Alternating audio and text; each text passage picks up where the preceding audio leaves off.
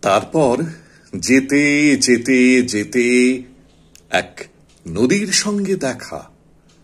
পায়ে তার ঘুঙুর বাঁধা, পরনে উড়ু উড়ু ঢেউয়ের নীল ঘাঘরা।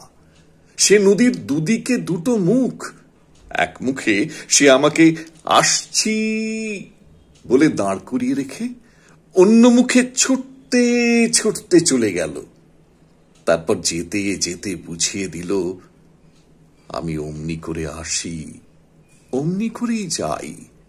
বুঝিয়ে দিল, আমি থেকেও নেই, না থেকেও আছি। আমার কাঁধের ওপর হাত রাখল সময়।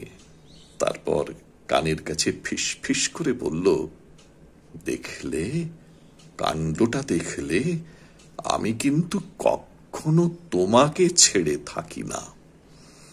তার কথা শুনে হাতের মুঠোটা খুললাম।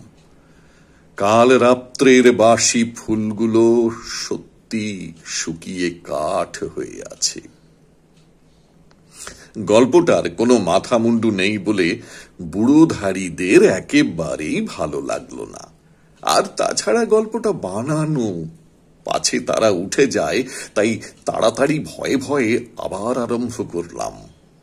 তারপর যেতে যেতে যেতে দেখি বনের মধ্যে আলো জ্বালা প্রকাণ্ড এক শহর। সেখানে খাঁ খাঁ করছে বাড়ি, আর সিঁড়িগুলো সব যেন স্বর্গে উঠে গেছে।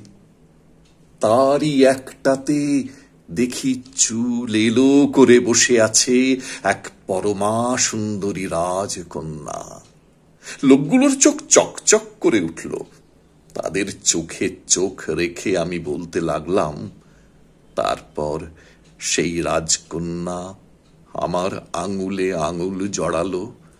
আমি তাকে আস্তে আস্তে বললাম, তুমি আশা, তুমি আমার জীবন।